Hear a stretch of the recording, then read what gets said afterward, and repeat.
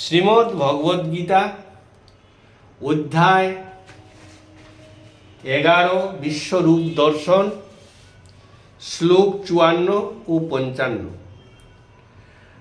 শ্লোক 54। ভক্তাতনন্যয়াসক্ত অহমেবং বিদোর্জুন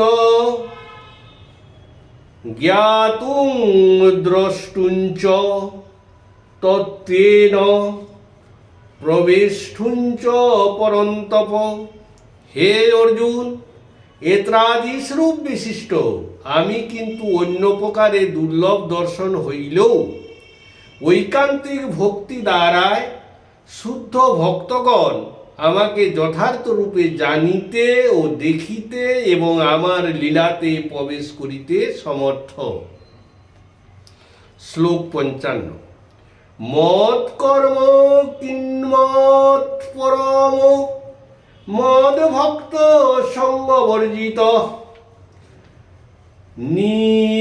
নির্বৈবর সর্বভূতেষু যশ মামেতি পাণ্ডব।